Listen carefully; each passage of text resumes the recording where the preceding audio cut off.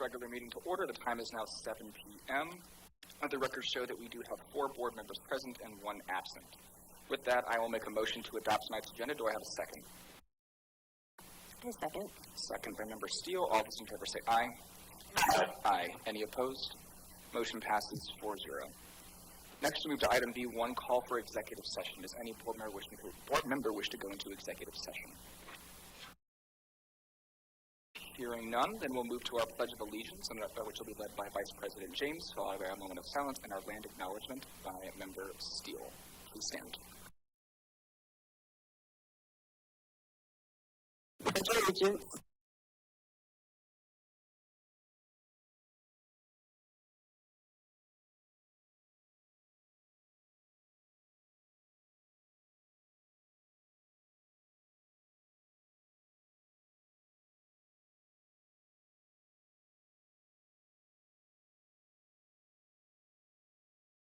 Thank you.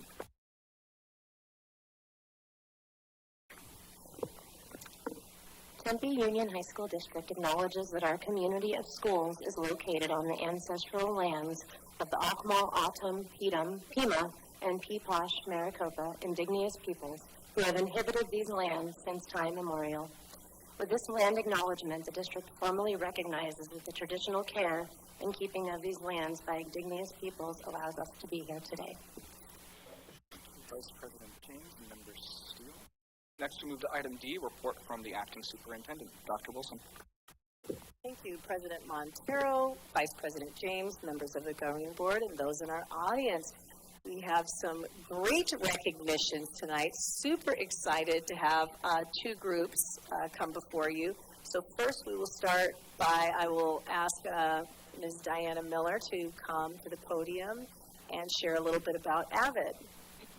Thank you, President Montero, Vice President James, governing board members, and members of the audience. My name is Diana Miller. I'm the AVID District Director for Tempe Union High School District, and we're so pleased to recognize our AVID seniors that are graduating this year. We have 3 schools that have an AVID elective class with graduating seniors. We're going to have each senior teacher introduce their students. Students, when your name is called, please just stand.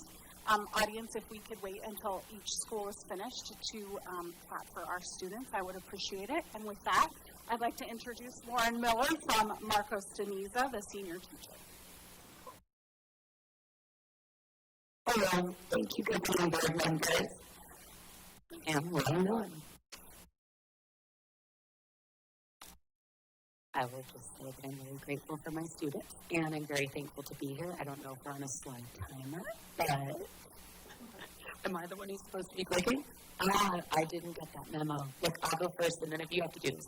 Okay. Well, I really do deeply love these kids, and I'm super grateful I got the chance to spend 2 years with you guys. I will miss you all so much. You have no idea. Okay. I'm Castillo. She plans to first go to South Mountain Community College, then she will be moving on to Arizona State, where she will study sports management and marketing, and then be taking over the world shortly thereafter. Destiny Comanche will be attending Arizona State. She is still undecided, but I think it would be something literary, perhaps. Catherine Gadina couldn't be here tonight, but she plans to move down to South Mountain and study criminology. Jaden is here tonight, Jaden Foote, and she will be attending South Mountain Community College to focus on a program called the Art of Storytelling, which sounds very cool. Mr. Connor Jefferson, she is going to be attending South Mountain Community College and then Northern Arizona University, where she plans to major in criminal justice. Sophia couldn't be here tonight, but Ms. Sophia Menes plans to continue in her studies at EBIT and continue to become a dental assistant. Anita Moreno is here tonight, and she plans to attend Mesa Community College as part of their nursing program. So Anita could not be here tonight. I don't see her. She was going to be here. And she is going to Gateway Community College, and she is undecided at this time. Robert Lewis is also not here tonight, but he will be going to Arizona State in the fall and studying network engineering. Silvia Villalobos is going to be attending Arizona State University and majoring in business data analytics. And Mr. Jamar Walker will be attending Northern Arizona University and majoring in engineering.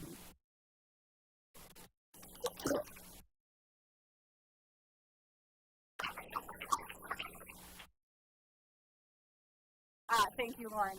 Next, we have McClintock. Our senior teacher couldn't be here tonight, so on behalf of the seniors, Christy Johnson, the coordinator, will be presenting our students. Members of the audience, appreciate you being here supporting our avid students. First up, we have Carla Ayala Linares going to Arizona State University. Darren Bahia going to Arizona State University as well. Kalina Kane, Northern Arizona University.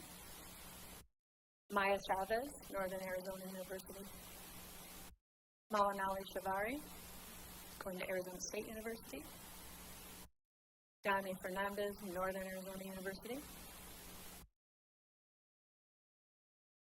Gabriela Gonzalez, Coconino Community College, Northern Arizona University. Genesis Green, Arizona State University. Brenda Ramos, University of Arizona. Savannah Pena, University of Arizona. Maria Rodriguez Ortiz, as undecided, I believe she's thinking about going to Arizona State University. Changed a little bit from her scholarship player. Adrian Vera is going to American Forest Community, or Mesa Community College.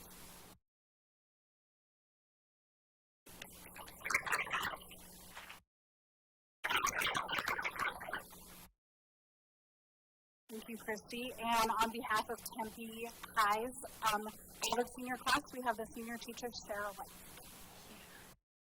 Good evening. Thank you for having us. We're super excited to show off all the fantastic accomplishments of our students tonight. First up, we have Brian Avila Ariano. He's attending ASU. Claire Lynn Izey is attending Haskell Indian Nations University. Emily Barajas Gonzalez will be attending ASU or NAU, still waiting to decide. Pablo Campos Quezada will be attending ASU or NAU to study business. Jaden Carrillo will be attending ASU.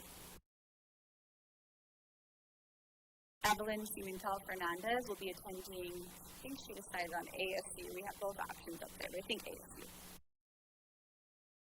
Christopher Gutierrez Rodriguez will be attending ASU. He's also one of our Dorrance Scholarship winners, which is huge. Dominique Hernandez will be attending ASU.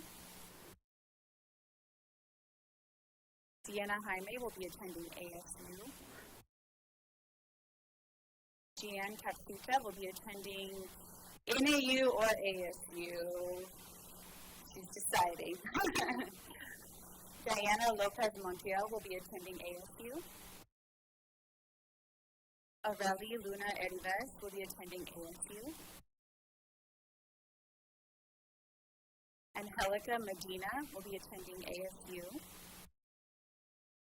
Eric Montez will be attending NAU.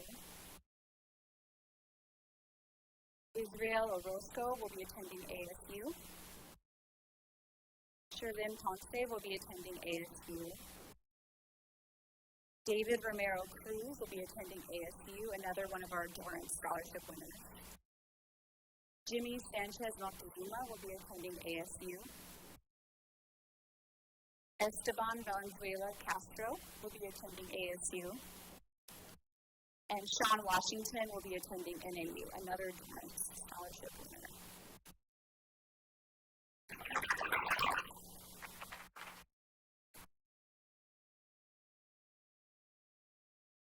On behalf of all of our seniors, thank you for letting us tonight. Ms. Miller, thank you. And so for all of our avid seniors from Tempe High, from McClintock and Marcos, would you please stand once again? Graduating seniors, we congratulate you tonight. You joined our advancement via individual determination program that we call AVID. You worked hard. you challenged yourselves academically, and to see all the scholarship money and then what you all plan to major in. We are so incredibly proud of you. You represent our mission of excellence in teaching and learning. And so on behalf of the governing board and the executive team, congratulations.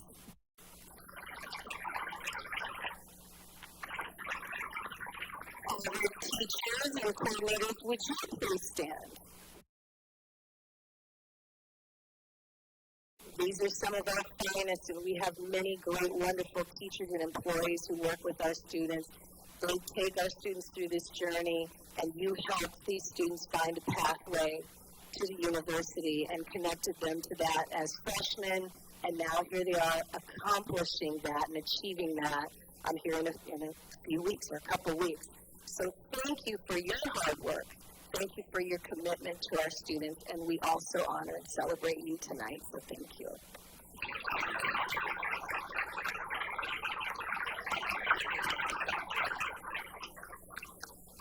Next up, we are going to recognize some of our students as part of our foreign exchange program, and governing board members, at the conclusion of this, we will come down from the dais and take a quick photo.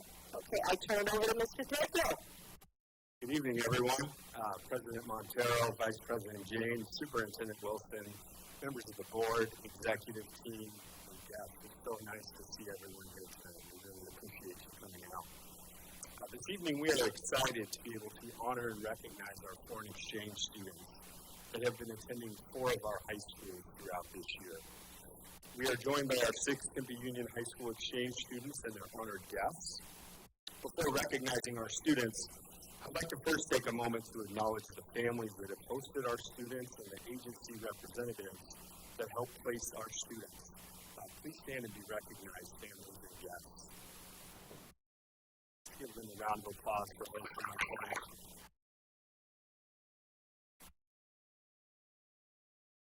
Thank you all so much for your commitment to our students.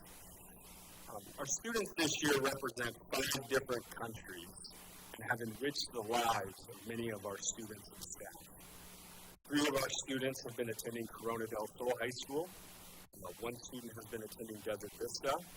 1 has been attending Marcos de Niza, and 1 has been attending Tempe High. We thank these students for choosing our schools during their time here in Learning. We have a certificate of appreciation for you all tonight for choosing the Tempe Union High School District. And so when I call your name, I please ask that you come up, our foreign exchange students, to receive your certificate. I would like to begin with our students from Corona del Sol High School. I'm going to do my absolute best, okay? Absolute best that I can do, okay? First off, I have an 11th grader from Germany. Please welcome Lottie Malaka Hamann.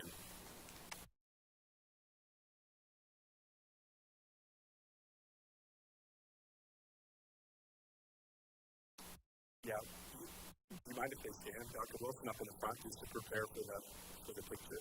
Thank you. Next, a 12th grader from Brazil attending Corona del Sol High School, Davi Graciano Diaz.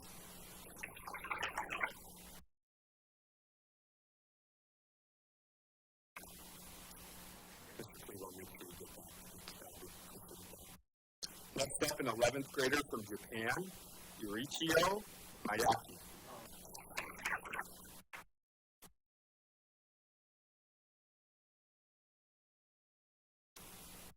Next, from Desert Vista High School, we have a 12th grader from Italy, Giulia Rosani.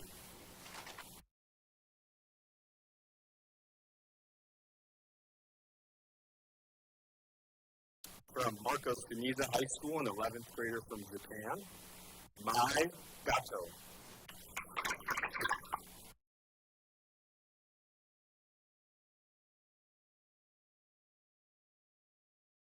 And lastly, from Tempe High School, 10th grader from Spain, Rocio Duran Carmona.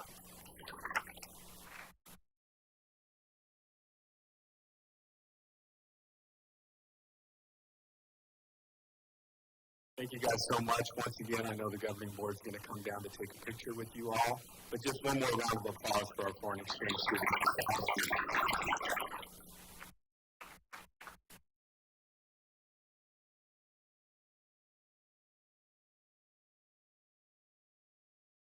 Families, feel free if you want to get in a good location and take a nice picture.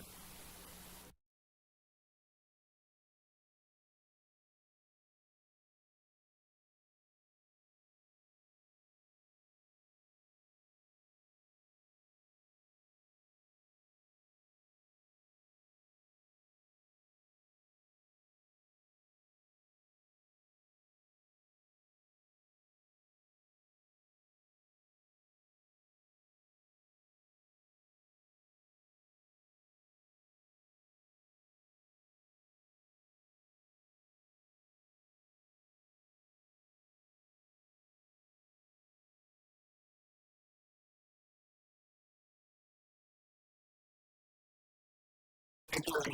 Appreciate it.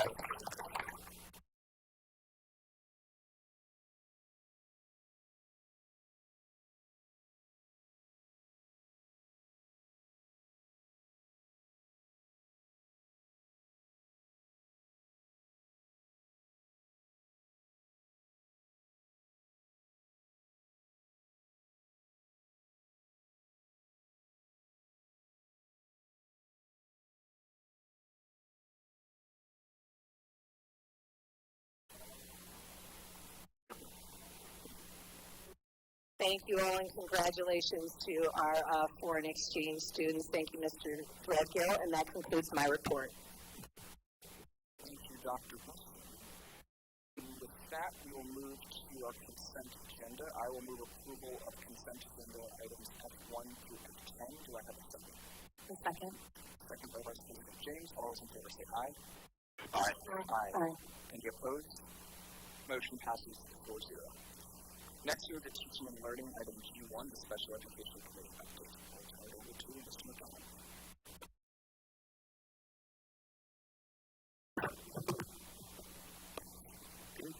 My bad, I skipped public comment. I'm going to go back up to that. I'm going to go back to you for public comment. Let's jump back up to E1. My bad. This is the time for the public to comment. Members of the governing board may not discuss items that are not on the agenda. Therefore, action taken as a result of public comment will be limited to directing staff to study the matter or scheduling the matter for further consideration and decision at a later date. In accordance with policy B1DH, each speaker will be given 3 minutes. Our only speaker tonight is Jennifer Jarvis.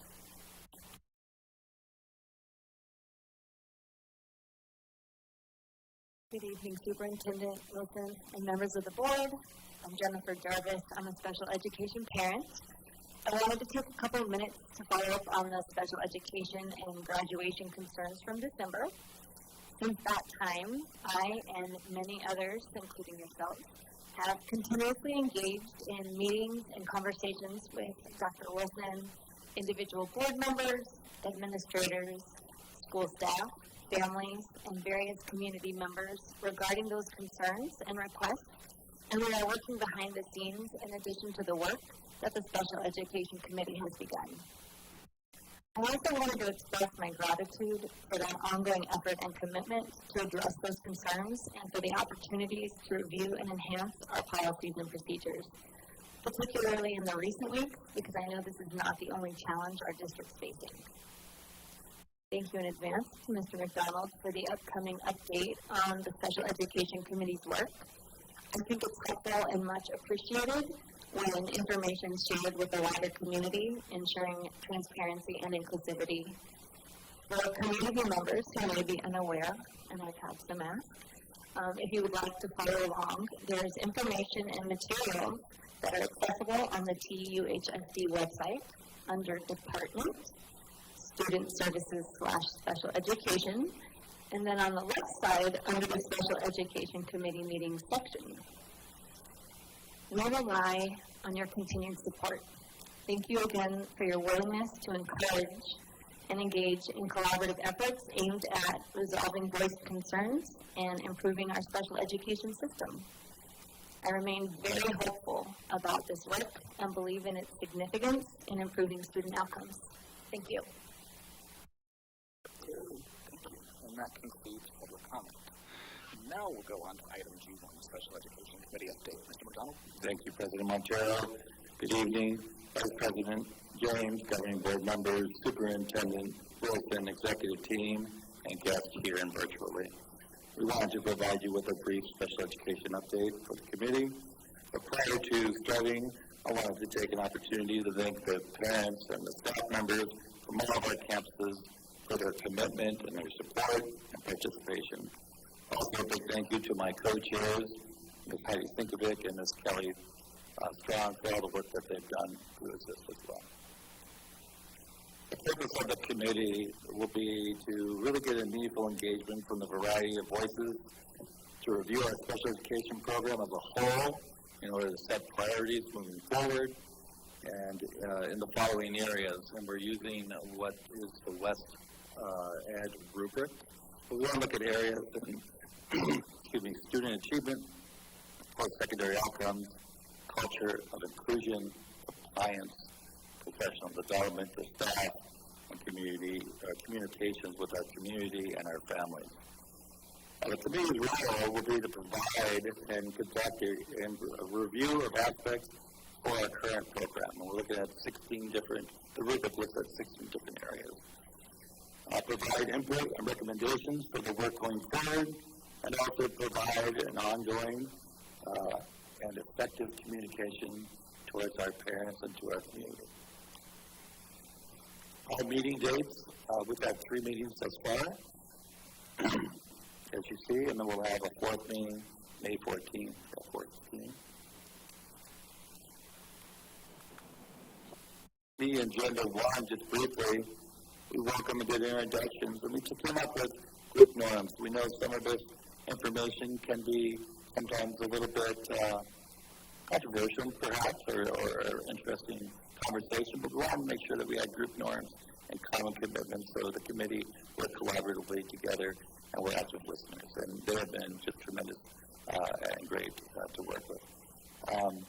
We went over the committee selection process, the time and schedule of the commitment, because it is a big commitment, the purpose of the committee, and also we reviewed some survey results that we gave out, as well as reviewed the West Ed rubric. And that is the rubric that we'll be using as we continue to do the remainder of our work to ensure that Tempe Union has a highly effective special education program moving forward. In the second meeting, my apologies, this is the rubric information. It is on the website, as we heard earlier. Thank you for that. But this rubric is open to anybody. We want to make sure clarification that Tempe Union is not under any current identified school improvement for special education by the ADA. Just want to make sure. And we also want to make sure that we are not currently working with West Ed. We just believe that this rubric is one of the best we've seen to ensure that we will have that highly qualified program. We too consisted of what we'll call foundational pieces. We did have a review of special education law and the key components of an IEP, individual educational plan. We had Attorney Jessica Sanchez from UL Shumway come in, and you could have saw light bulbs that were occurring in the committee and great questions that were asked. And then the third meeting that we had, we started to open up policy, and we looked at policy IHB, of course the regulation of that IHB-R, which is about 35 pages. So you can imagine we didn't get through it all in meeting 3, and then for meeting 4, we'll continue that work. I'm just thrilled with the group. The next steps that we'll look at, we'll continue to finalize the meeting schedule. As we move through, we're moving around some areas, some things that we're learning as we go through policy and regulations. We might need to move things to address earlier. So we will have that schedule prepared for the 24-25 school year. We'll reconvene this committee after the May meeting, late June or July, to early August for meeting 5. We will meet approximately every 3 weeks with some homework in between, but I don't want to share that too loud. Quarterly updates at governing board meetings. We'll do a final meeting report of May 2025. And then we'll identify and create parent resources and staff professional development as well. So with that, just to keep on questions. Mr. McDonald, board members' questions.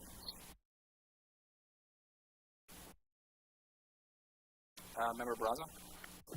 Just if we can, during our weekly board updates, you can kind of give us a little more, maybe some of the information that you guys are learning or the committee is learning, so that way I can learn too.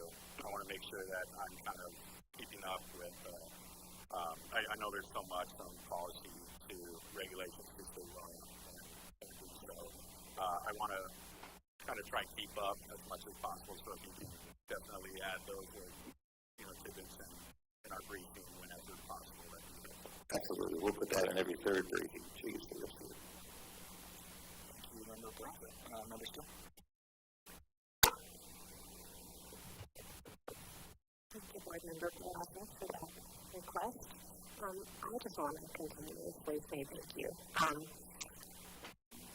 Several months ago, when this committee was requested, the idea behind it was to review the courses, curriculum, policies, and practices, and you guys are doing just that.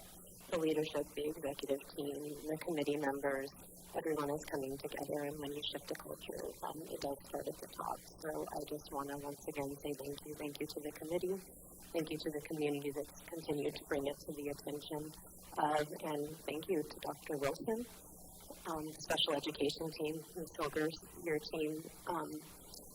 You guys have opened your eyes and listened to learn and taken an opportunity to see what we can do to better the outcomes of a topic that is scary and big, and I just want to continue to say what we're doing is good work and to improve the outcomes of all of our students. So, thank you. Thank you, Member Steele. We'll echo those comments. Thank you, Mr. McDonald, Dr. Wilson, everybody's involved in that. Member Barraza. Just really briefly, when we went to the national conference for school board members, one of the breakout sessions I went to was surrounding special education, and hearing other districts throughout the country talk about how can we innovate, how can we get the conversation, how can we move it forward, and I spoke up and mentioned about the committee, mentioned about what we're doing at Tempe Union, and everyone was glued. Everyone really wanted to hear more about it. So I imagine, I talked to the organization. I said, well, email us, and I could put you in contact with, Sean McDonald and the committee, and, see if that's something that can be discussed at another conference down the road, because they were very excited to hear what's going on at Tempe Union, that we have a committee that we're working on discussing issues, discussing our programs. They just thought that was just something that they need to take to each of their districts. So we're making noise, in a good way. And so I really appreciate the work that you're doing, and thank you, Sean, for all the work that you're putting into it. Really appreciate it. We have quite the team. Thank you. Any other questions? Hearing none, then we will move on to board policies. Item H1, policy EEAA, walkers and riders for the first reading and adoption. Board members, questions or comments on this item? Hearing none, do I have a motion to approve item H1? I move to approve item H1. Motion by Vice President James. Do I have a second? Second. Second by Member Steele. All those in favor say aye. Aye. Any opposed? Motion passes 4-0. Next, we move to business services. Item I1, the TUHSD participation fees and ticket prices.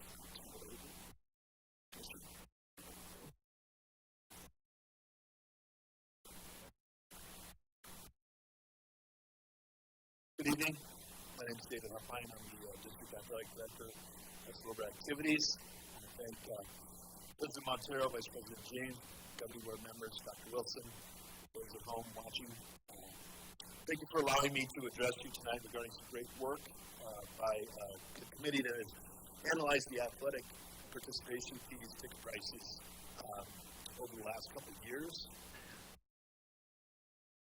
like to first acknowledge those committee members. Those committee members span not only the district office, but also across our district with our sites, classified, certified, those assistant principals, athletic directors, and their administrative assistants. Also within the bookstore.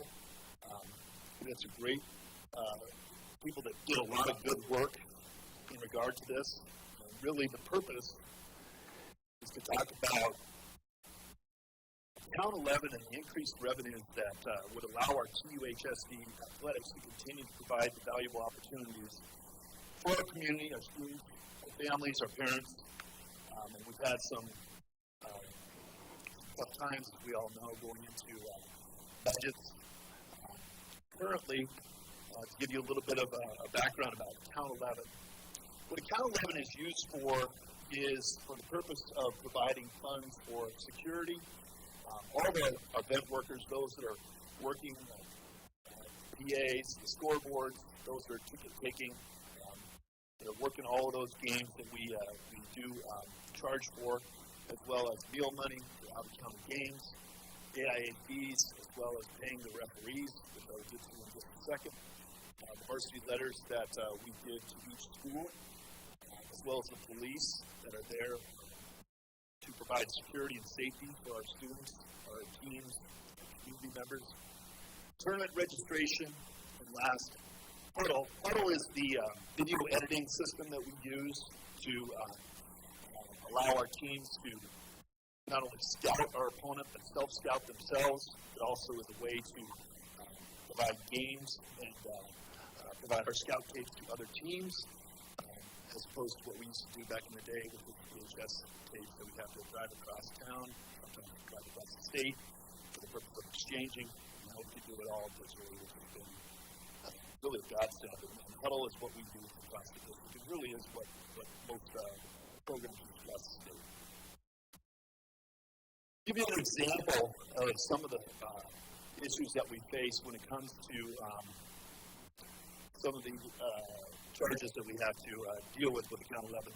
In regards to Arizona Interscholastic fees, just looking at the last couple of years, what the AIA service charges are, as well as what we have to pay within refs for our 6 high schools, right around the total of $196,000, which is what it is this year.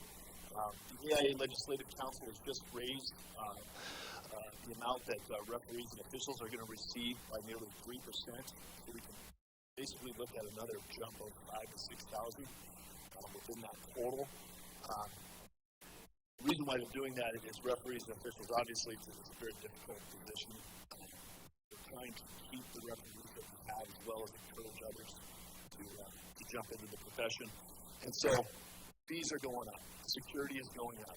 The cost of police is going up. It's just the cost of business. And so when we look at all that, we have a situation when Count 11 is seeing the last couple of years as being in the red. So currently we have a balance of negative $339,211.64. And that is listed by line based on the schools. And you can see the ticket revenue and what we generate through ticket revenue. We're not quite getting to the point where we are breaking even. This has been the case over the last few years. It's nothing that we weren't unfamiliar with. Mr. Carranza and Business Services does a great job in terms of paying out of M&O the balance to balance the account each and every year. But when we looked at that number, we realized that from an athletic department, we need to do more in order to provide a more sensible way of doing business for our town. So that was why the committee was established. That's why the committee got together and we started looking at a wide variety of things. We started looking at a wide variety of options as to how we can take a swing at that number. We looked at our current fee schedule. So right now, and we did a few things last year when it comes to athletic passes. Our adult passes to get into games, we increased that from $35 to $55 this past year. And for families of 4, from $125 to $160. Our student passes, which allow students to go to any games that are being charged, and just so you know, that's athletic events. It doesn't include anything with activities, performing arts, is $25. Ticket prices have remained the same. So adult prices are $5, student prices are $3. That is the same price as you would find from the early 1990s. It really hasn't changed at all. And even though we have the cost of inflation, going to any game within the Tempe Union is probably the best deal that you can get for your buck. And so those prices, $5 and $3, we've looked at that as well. Participation fees, up until 2020, before the pandemic hit, $50 was what the participation fee was for athletics. And the money that was generated from that was used to pay coaching stipends out of M&I, our extracurricular coaching stipends. That's what Account 11 was used for up until that, with the participation fees being $50. At that point in time, along with course fees, which we zeroed out, participation fees was also taken away. And so we have, in the last 4 years, not having a participation fee. So participation fees up until 2020 for athletics was for these sports right here, with the exception of girls flag football, which was a new sport that was introduced just within the last year. So we looked at those specific sports that were charged up until 2020, and we started to look at what other districts were doing, what other districts were charging in terms of participation, and we realized that we were one of the very, very few that wasn't charging anything when it came to participation. When we looked at our passes and tickets that we have sold within the last year and also within the last 2 years, you're going to see numbers that are very, very similar. Our adult family passes increased essentially by $5,000 with the bump that we used with those two passes. Student passes remained roughly the same as it was the year before, with the exception of a few dollars. And the number of tickets sold were roughly the same. So if you take a look at this slide and you look at this slide, there really is very little difference with the exception of the adult family passes. It's really remarkable about the attendance that we've had over the last couple of years. Attendance across the state and really across the nation since the pandemic has dropped a little bit. And so we're not getting the numbers that we've had in the past. We're anticipating to see a bump in that as things kind of normalize itself. But we also looked at the situations we were having with Account 11 and what we needed to do in regards to that. So participation fees and ticket prices, the comparison with other districts. If you look at the districts surrounding us, from Chandler, Gilbert, Higley, Mesa, Scottsdale, nearly all of those districts are charging a participation fee with the exception of Mesa Public Schools. If you look at Phoenix Union charges a $2 participation fee, and the reason being is that participation fees can be used for tax credit. And so Phoenix Union, with the $2, believes that through tax credit, most families would, when they give tax credit, not just give $2, they would give up to $200 for an individual, $400 for a family. And so that was a way to try to generate a little bit more tax credit. But as you can see, Tempe Union and Mesa Public Schools are the only ones that do not currently charge participation fees. Ticket prices, we are 3 and 5.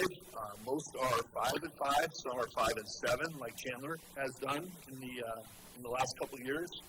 Also, I should note that for Chandler and for Gilbert and Scottsdale, they do not have a cap for participation fees. So when it comes to the number of kids that you have within your family or the number of sports that your child may participate in, it's going to cost you, depending on your district, for example, with Chandler, $100 for every sport that you play for any number of kids that you have. Deer Valley has a cap of $200 per athlete. They also have a $300 cap for a family. Paradise Valley has a $400 cap per family. But for the most part, the rest of those do not have a cap. So looking at all that and trying to analyze how we can take into account Account 11 and still be cognizant of where our families are coming out of the pandemic and what we are dealing with financially as a district, we looked at a number of options. And we talked about this last year when it came to student passes. We chose not to raise student passes when we did the adult and we did the family. But we felt like if we were to take a look at the last couple of years, if we were to take a look specifically at last year's numbers, raise student passes from $25 to $55, or $25 to $50, we could raise an additional $63,850. If we raise ticket prices $2 from 5 to 3 to 5 to 7, that could generate an additional $128,682. And if we just reinstated participation fees to $50, which was what they were prior to the pandemic of 2020, we could bring in, projected, in a perfect world, $328,700. I say that in a perfect world because not everything is perfect. We would have students that qualify for free and reduced lunch and would be eligible for an adjusted rate based on where they fall within that spectrum. We also have payment plans that would be available in the case that families would need it. So looking at what we have collected up until 2020 with participation fees, you're looking at about 60 and 70% of the projection, and that is due to the families that are on free and reduced and such. With that said, if all of those three were enacted, we could generate between $389,732 and $422,622 based on that 60 to 70% range. That is based on the number of athletic participants that we have, which was part of Mr. McDonald's presentation and the model safety plan that he presented a few weeks ago. That would allow for Account 11 to not only get out of the red, but put it within the black, between $50,000 to $83,000. Looking at that, we also looked at other options, specifically with athletics. And we talked about if we did not use participation fees, if we kept those participation fees away, and we just simply raised Zoom passes to 50 and used ticket prices from 5 to 7, we could generate around $192,000, but that would still leave us about $146,000 short of climbing out of that hole. Also, we looked at a third option, which was to raise ticket prices somewhat in the neighborhood of doubling and going from 5 to 3 to 10 to 8. I say that because the AIA, when it comes to state games, charges $10 an adult and $15 for a state championship. So this wouldn't be unheard of for families. That would generate $385,000 and then put us up to $46,000 with the current numbers that we're at right now. That being said, the committee was a little hesitant with this third option, basically looking at it as possible sticker shock for our families, and they felt like that might be too much too quickly. But I will say that once again, AIA is charging the same amount. It is our recommendation from the committee to specifically look at option 1, and it's our recommendation to the governing board to take a look at what we looked in terms of possibly giving Account 11 and the ability of our athletic programs and departments a way out of this financial hole. And we would like to recommend option 1 for your consideration. Thank you, Mr. A few questions for me real quick. First, I know you had talked about several districts having a cap per student, per family.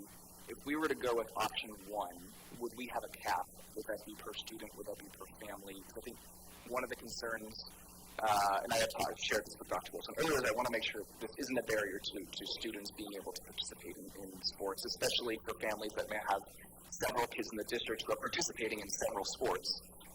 And so, one, is there a cap? And two, with those families, is what level of support might there be for those families that might identify this being a barrier? Again, I want to make sure that we're offering those families support because I don't want this to be a barrier to any student wanting to participate in this sport. Absolutely. We talked about a cap of roughly $200, specifically because of a single-parent family, $200 would be what they could get through cash credit. And so they could get that money back dollar for dollar. And so we kind of focused on that as being the cap. We didn't look at what the caps were for other districts. We felt like even if we did use the cap of 200, it'd still be lower than whatever other districts do. So that's why we focused on that. Perfect, thank you. Last question on account 11. I don't know if this was different prior to the pandemic or if this is different with activity fees. Is it for the specific sports that students are participating in, does all this money go into one centralized account, or is that divvied up based per the sport that the student is participating in? What does that look like? It goes to one centralized fund. Okay, perfect. Thank you. Board members, other questions or comments? Member Brazo? I appreciate the work that the committee has done to give us kind of a nice outline of the options. I was a board member during the period when we remained with zero participation fees.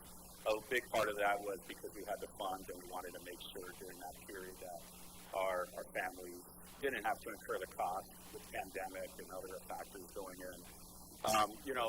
Situations have changed, obviously. What I appreciate about option one is, the ticket prices, we're still looking at it as the affordability at the ticket booth right then and there. I don't know how elastic the prices are going to be when we're talking about $10 and up. What type of outcome we're going to get with students, and families. Only because then, you just think about, like you said, the sticker price, and how people make their buying decisions. But, for me and the board at the time, a big part of why we wanted the fees we wanted to continue cover was one, because we had the funding, and we were assured of that. But we were aware that it was going to be not in perpetuity, that it was something that we are going to have to address in the future. Here we are. What I appreciate is the free and reduced lunch eligibility. That's where I often try and encourage families to get on the program, whether they need it for food nutrition at all, but that seems to be the standard for a lot of programs. The food and reduced lunch eligibility standard for a lot of different things, from grants to participation fees. And so that's where I would, like to recommend that, or encourage families to look into that. But I don't want to be in a $350,000 hole annually, because of fees, and the cost of athletics or any sporting, participation. I personally do appreciate option one, as a solution. And with the cap aspect and with the tax credit being aligned with the cap, it makes sense to me because, again, that tax credit is returned at that aspect.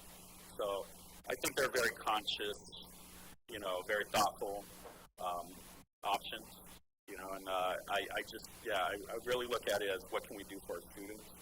At the same time, what can we do be responsible with taxpayer dollars and with expenses overall. So I personally, to my board, I appreciate option one. And thank you for the committee for putting this together. Vice President James. Thank you so much. Yes, I have just a couple questions. First of all, I know you mentioned that NISA doesn't have that fee. I know that's actually a recent decision, and I've also heard that there's a lot of anxiety because of what can happen without those fees. There was not a funding source that was going to replace those fees. So I just want to clarify that because while it's wonderful to think we aren't going to be charging our families for these things, we're in Arizona in fiscal crisis when it comes to our schools. And so I just think it's a responsible move so that we can sustain these programs that are keeping our kids in school. I did want to clarify that with Mesa because I know a lot of people are nervous about that. When it comes to that free and reduced lunch, what is the scale that would be used for that? Because, and what would the cap be for those? Have you talked about those specifics? So in terms of like reduced, we were looking at most likely $25, and for free, we're looking at $12.50. Great. That would be the schedule that we would be looking at. And then what would the cap be for those families? Have you? We did not discuss Okay. that in terms of what the committee was. Okay. Put the cap on. Great. Okay. So yeah, I think that would be an interesting, important conversation for sure. And with you, with Mesa, we did contact Mesa. They're researching participation fees and they're really nervous about it. Yeah, we reached out to all those districts. And there are even the ones that do have participation fees already, there are a few that are looking to Right, absolutely. And then just with the tax credit, I know sometimes, it's one of those continuous education for our families of what it is, how it is dollar to dollar, people get skeptical. It's amazing when I explain to people if you get this program, and they're really skeptical about the actually get it, right?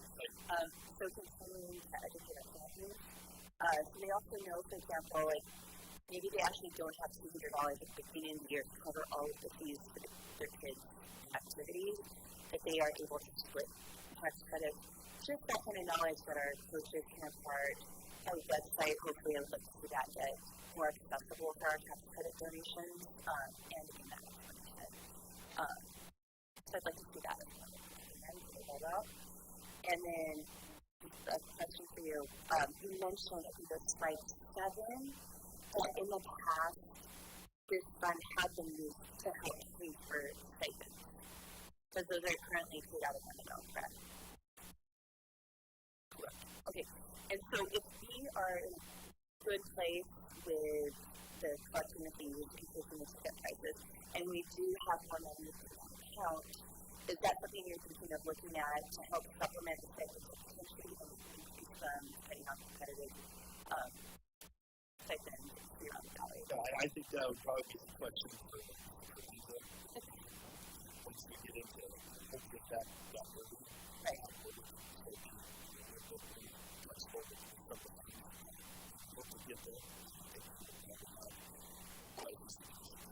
Absolutely, yes. I know that I always come at an art teacher, and parent standpoint of, the stipends and so on. Now having athletes even and seeing what these coaches do, I know we want to retain those coaches and make sure we're competitive with them districts. So I love the idea of that. We can have money in the account instead of a negative balance, and hopefully we can, make sure we're putting that in other ways towards the future. For our kids. So I appreciate option 1 as well, for sure.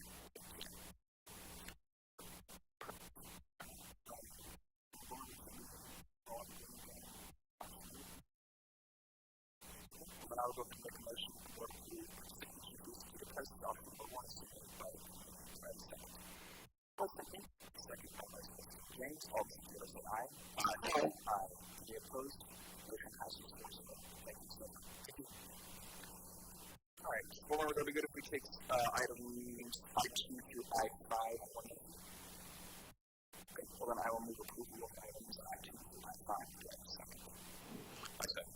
Second. Barraza, all those in favor say aye. Aye. Aye. Aye. Any opposed? Motion passes 4-0. Next, we move to information items, Item J1 of legislative priorities of the 2025 ASBA political agenda. Board members have all gone through this before. Myself as the delegate and member James as our alternate delegate will go to the ASBA delegate assembly in September. We were all provided a copy of the political agenda. So if you want to direct us to have any suggestion changes or anything that you would like us to do at the assembly, now is the time to do so. Member Rosen?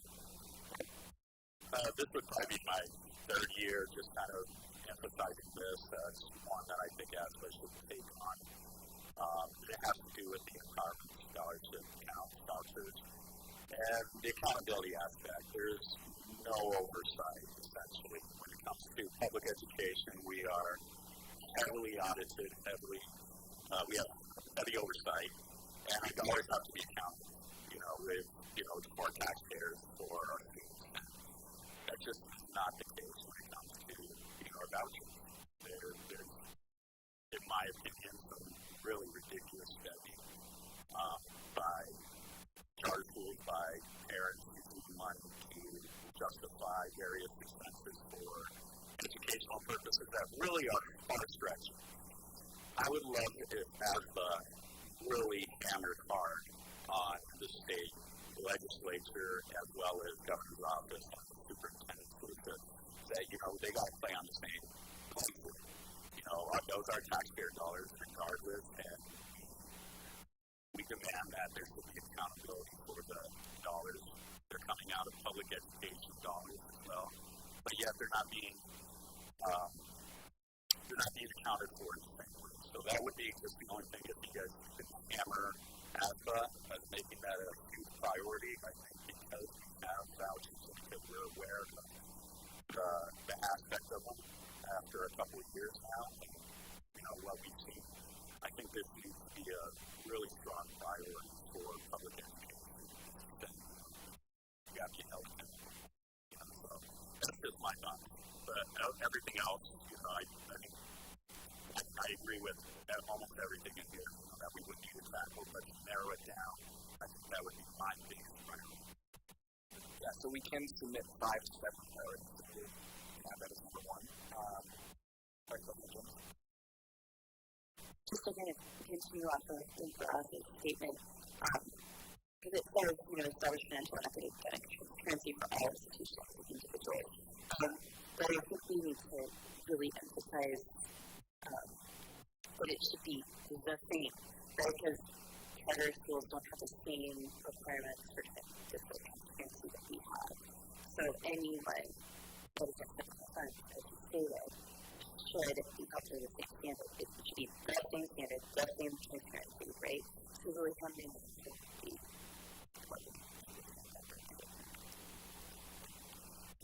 and just for discussion purposes, I can highlight the ones that we selected previously that we went on for 2023. So first one was provide consistent indicators based on the portfolio of the students with adequate support to address the academic solution of our students, including the replace current year funding with a system that provides districts with appropriate stable annual budgeting ability and technical reliability. Support legislation and access to funding that would allow school districts to offer school meals to all students free of charge. The USA 1 enterprise that you mentioned, and provide funding to individual districts to implement locally directed research-based school safety programs and mental health development initiatives. The only thing that I would suggest that we add in that process, because if they add modified number of signatures for CTEDs, I would add that we allow school board members to have access to the people.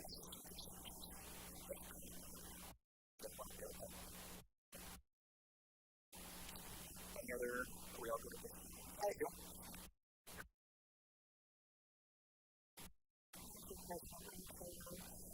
We just attended the National School Board Association where we noticed that every single day was a topic on special education, including the keynote speaker being from Shriver.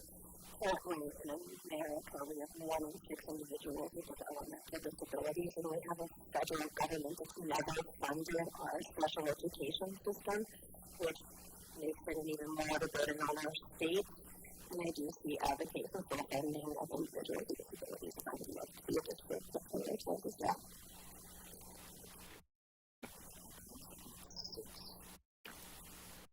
That's a lot.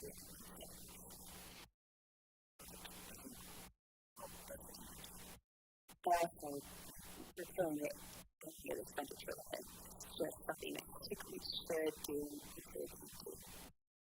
And I think that's, depending on how our election comes out, that could actually be a good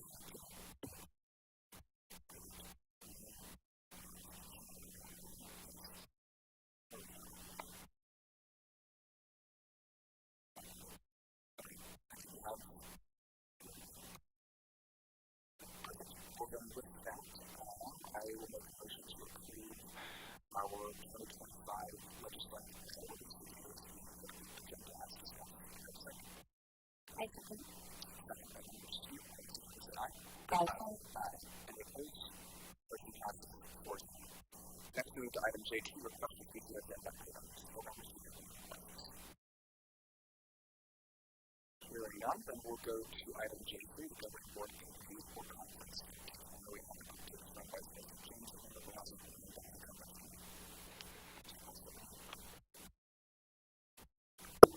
Okay, I'll go first. So we have the third committee meeting last Tuesday. And, you know, it was a continuation of meeting number 2, just for talking about budget comes from expenditures, wrapping our head around the history, longevity, you know, the perspective of spending in our district and state. Roland did a wonderful job. He covered various state reports and audits that were presented to the committee. It helped us understand what the state, what the county, what our district is doing in terms of financial audits and making sure that we're in line with state standards. But it also allowed us to understand the historical perspective of where we were at least 20 years. I think we went a little further in some of them. Roland discussed the Arizona Auditor General report, which is spending and analysis on the state level, where we're compared with other districts that are similar to our size and the criteria. And it allows us to look at where we stand with other districts that are similar to us in terms of efficiencies, potential cost savings. And so that's kind of one that's really important for me, just to see how we're stacked up against other districts in our own state. I also would encourage the public to watch those 2 meetings, the second and the third, if you really want to understand school finances, school funding, how we account for all of that.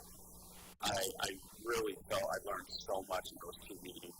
Roland did a wonderful job conveying a lot of it to all of us. And I know that can be daunting trying to explain, public education funding sources and how it all kind of works, what funding source you can use, what you can't use, and what happens when you sell something, what account that goes into. It's pretty daunting, but I learned so much and it was so clear.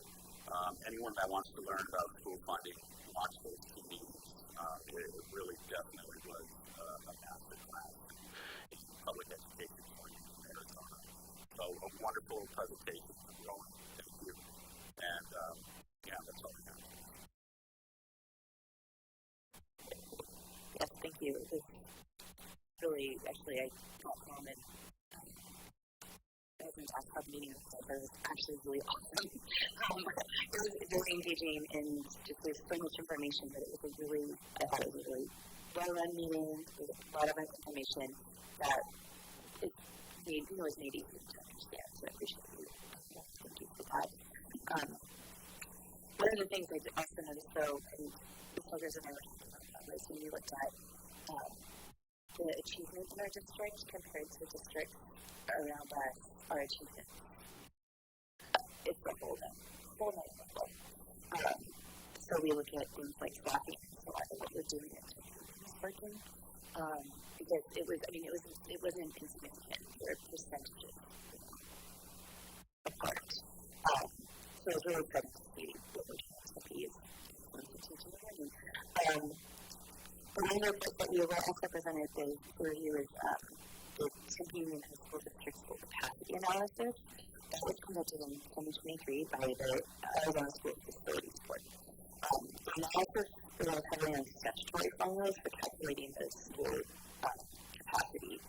So they may take the gymnasium and the cafeteria and look at those as teaching spaces, and they're just not built for that. So there was an additional internal analysis that was provided by Superintendent Sean McDonald, and it showcased a more realistic look at our Tempe Union schools and their capacity. So that internal calculation and state calculation, when you look at them, are slightly different. again, us being more realistic, so we're not as under capacity as states. The state, the school facilities board might say, however, those reports show an underutilization of district capacity in Tempe Union. So, quick reminder, our reports and materials presented are all available for review on Tempe Union's website, as well as the audio for the meeting. The next meeting will be held on Tuesday, May 7th.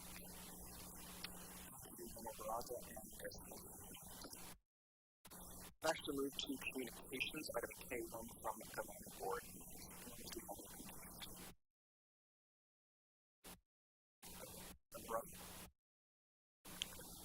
Yes, I just want to thank Principal Lee. First off, Amanda and I, we toured Corona with Julie Peterson, who we got to look at the cafeteria staff and learn more about how the lunchtime structure works. Very complicated, very fast-moving. A lot of students, not a lot of time, so we've got to move them through the line. But everyone loves what they're doing. You know, there's a lot of good energy in the food and nutrition world. And she really helped us understand kind of the purchasing aspects of food and nutrition. We're also going to have these standards that are going to be tough. I mean, they're good because they're reducing sugar and salt. That's coming from the presidential directive. The problem is that it becomes a little more difficult being able to provide. You know, you're going to have to be more creative with the dollars you have to reach that criteria. So I hope the federal government maybe bring in some more money for us to be able to do that a lot easier.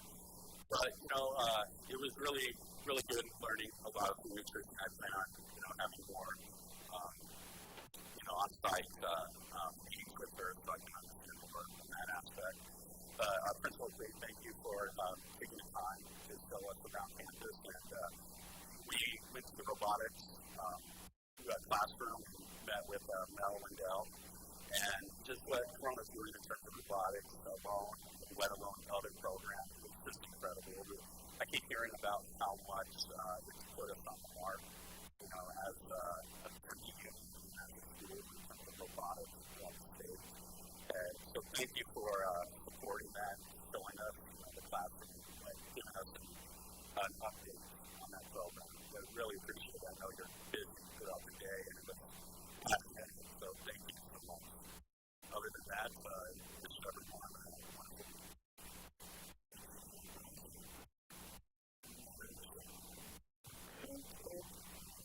I had a great time with you board members and also thank you for inviting me to that lunch outing. I'm very much looking forward to going to Tempe on Friday to be here time for that. I got to tour McClintock, and it was quite a fun day. I started my morning with Dr. Boyd and Mandy staff at McClintock. We toured the Self-Cement-to-Self program, as well as the Teach Model classrooms. And then from there, I met with Pickett Tomasi and got to visit the Peggy Poon Academy and got to see some of our AP classes and learn some very bright students. We had an incredible day. McClintock has a great campus, and I appreciated the opportunity to see what all of the different teachers at different levels are doing for our students. It was a really, really good day. I appreciated that opportunity. I also got to go to, I was invited by a parent to the Tempe City Meet at Corona, where I got to watch all 6 high schools compete in the track and field competition. There's some great runners. That was pretty awesome. And then a quick thank you to Dr. Wilson for inviting me to his classroom last week. That was absolutely wonderful. I appreciated the opportunity to see what she was doing in her classroom. It's been a great week, or a great couple of weeks. I've seen a lot of Tempe Union. So I'm pretty excited.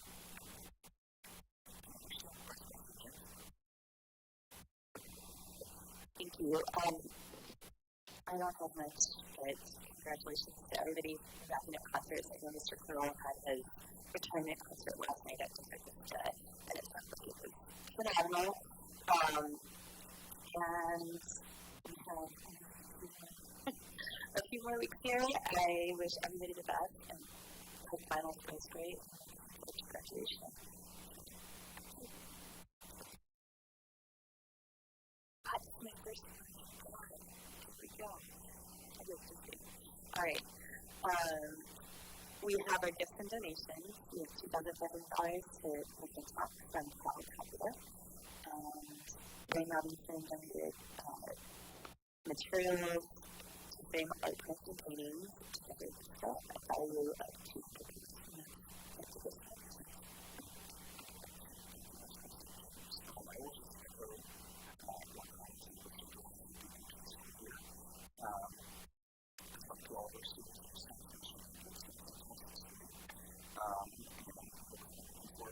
Congratulations. I know also tomorrow night we have the Excellence in Education Awards. So I'm looking forward to being in attendance to that award. Congratulate all of our finalists and congratulate our winners and teams. And with that, a few things. First, because it is May 1st, and I know we have Mrs. Brown in here, and I know many of us have reached out to our principals today, and I caught someone saying, Happy Principals Day, as they saw Mr. Brown in here, but to our principals, today is Principals Day. They get, Mr. Cleveland is here. They got our message. They get a day in a week. And you know what? And you should. If people knew the level of commitment, the nights where sometimes you get a call at 1 a.m. and the dedication that it takes. So anyway, we're going to honor principals on today. And then also it is Asian American Pacific Islander Month for the month of May, so you want to recognize that. And then also, just more breaking things on Tempe Union. I know with some of the changes to FAFSA and things that have happened, there's a lot of struggles with that around the state. I want you all to know that we were recognized as a district with top completion. I know as there were struggles in this discussion, someone said, is there any bright spots around Arizona? And Tempe Union High School District was mentioned. So kudos to all of our sites for that. Specifically, we had 2 schools that were in the top 10 in the state for large schools, and that was Desert Vista and Corona. But kudos to all the schools in supporting our students and their families with FAFSA completion. Also, on the eve of kind of ending the year, the school year, we have these different seals of things that the state gives. It's this recognizing the kind of this top performance in students that go that extra mile in an area. So there's 3 seals. And so there's the seal of personal finance, there is a civic literacy seal, and then a seal of biliteracy. So wait for it. So seal of personal finance across the district, 468 students earned that. And then for civics literacy seals, 14. And then for seal of biliteracy, 202 students earned it. So again, excellence in teaching and learning. So I just wanted to bring you all some of that good news. You have an additional piece. Just trying to say how that's worth to be at Music Under the Stars on Saturday night. What an incredible opportunity. It was mad. The kids were amazing. Also, Tempe College Scholars Monday night gave out 52 scholarships to our students, and $750,000 worth of scholarships in the last 18 years. So I just wanted to thank Tempe College for scholarships. All right, well then, with that, our next regular meeting is May 15th, 2024. With that, I'll make a motion to adjourn. Do I have a second? Second. All in favor, say aye. Aye. Any opposed? Motion passes 4-0.